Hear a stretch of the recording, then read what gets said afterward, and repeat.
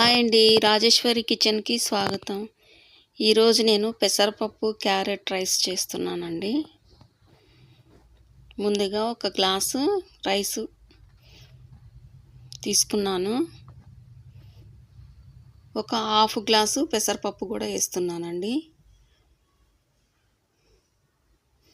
ఇవి బాగా కడిగి ఒక పక్కకు పెట్టుకోవాలి.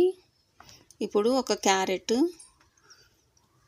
ఒక ఉల్లిపాయ, 4-5 బిన్నీసు, 3 పచ్చిమిర్చి, కొద్దిగా అల్లము, కొన్ని వెల్లుల్లి రెబ్బలు, కొంచెం కరివేపాకు, ఇవన్నీ కడిగి ముక్కలుగా కట్ చేస్తున్నానండి.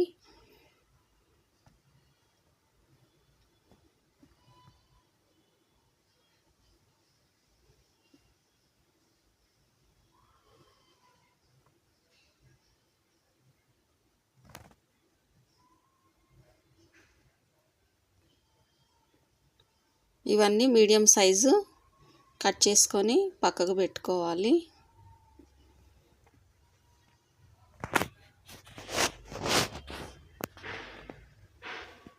ఇప్పుడు స్టవ్ వెలిగించి ప్యాన్ పెట్టానండి.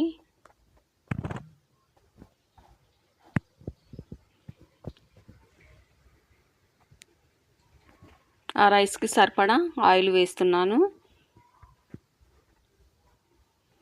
1 స్పూను జీలకర్ర వేసానండి.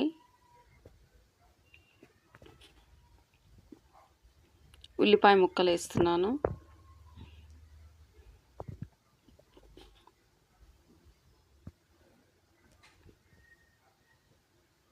పచ్చిమిర్చి ముక్కలు వేసి ఒకసారి కలుపుకోవాలండి. కొద్దిగా ఉల్లిపాయలు వేగినాయి. ఇప్పుడు క్యారెట్ ముక్కలు వేస్తున్నాను. బీనీస్ ముక్కలు,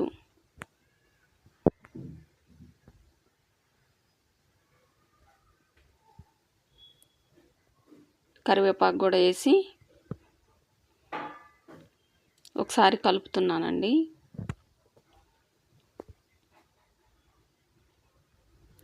ముక్కల్లోకి కొద్దిగా సాల్ట్ వేస్తున్నానండి. తొందరగా మగ్గుతాయి ముక్కలు. ఎక్కువ వేస్తే మళ్ళా రైస్కి సరిపడా ముందే వేసేస్తే మళ్ళీ ముక్కలు ఉప్పుగా అవుతాయి. అందుకని కొద్దిగానే వేసాను. ఇప్పుడు అల్లం వెల్లుల్లి పేస్ట్ వేస్తున్నాను.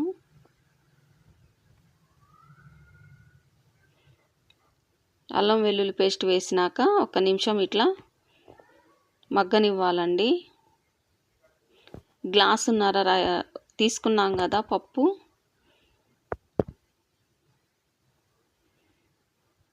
2 గ్లాసులన్నర వాటర్ పోస్తున్నానండి.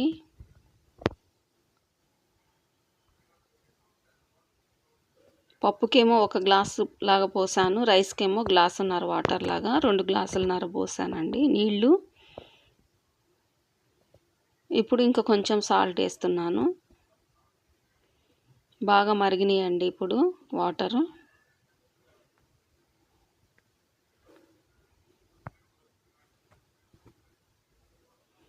మనం కడిగి పక్కకు పెట్టుకున్న రైస్ ఉంది కదండి, ఆ బియ్యం ఇందులో వేస్తున్నాను.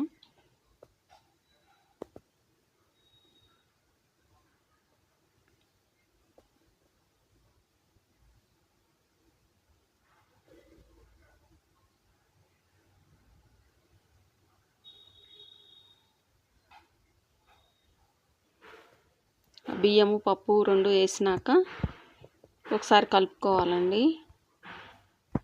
ఉడుకుతుందండి అన్నము.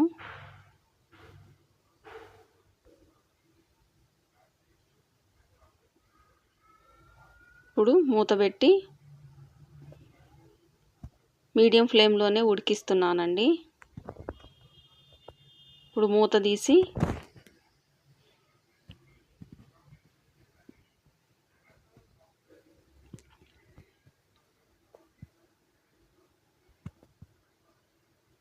ఒకసారి ఇట్లా కలుపుకుంటే పొడి పొడిగా అయిందండి. వాటర్ సరిపోయినాయి, కరెక్ట్గా ఉడికింది. వేడి వేడి క్యారెట్ పెసరపప్పు రైస్ రెడీ అయిపోయిందండి. ఇప్పుడు ఒక ప్లేట్లోకి పెడుతున్నాను. మీరు కూడా ట్రై చేయండి, కామెంట్ చేయండి. క్యారెట్ పెసరపప్పు రైస్ని. Thanks for watching.